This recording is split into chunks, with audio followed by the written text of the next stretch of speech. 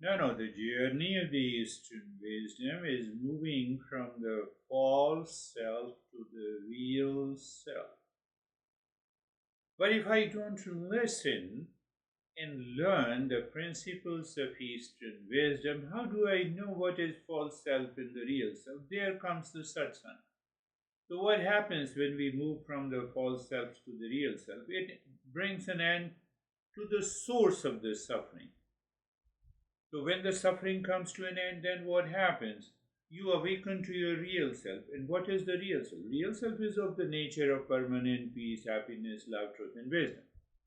So, when you have already removed the false self by knowledge, by understanding, you are already in peace and happiness. Can we say that is an awakening? Leave that question for a while until you reach to that state. Your mind is like a garden. If you neglect it, weeds of anger, greed, and the pride grow wild. Pay attention to this.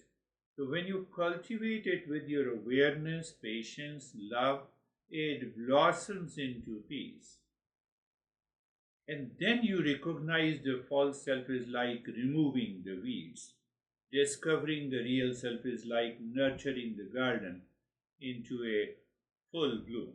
So you have to pay attention to the journey stepwise. The false self, now explanation if you want that.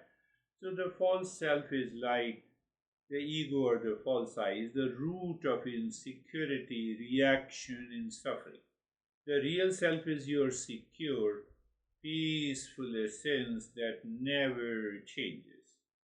Without this recognition that comes by consistent listening, learning, contemplation, reflection, practice, all the three steps is satsang. You remain trapped in a vicious cycle of repetitive thoughts and reaction. It's not one day affair.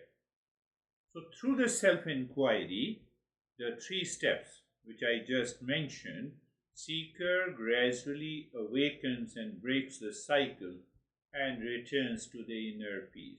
Am I reacting to the life from the false self or responding from the security of my real self? Ask yourself.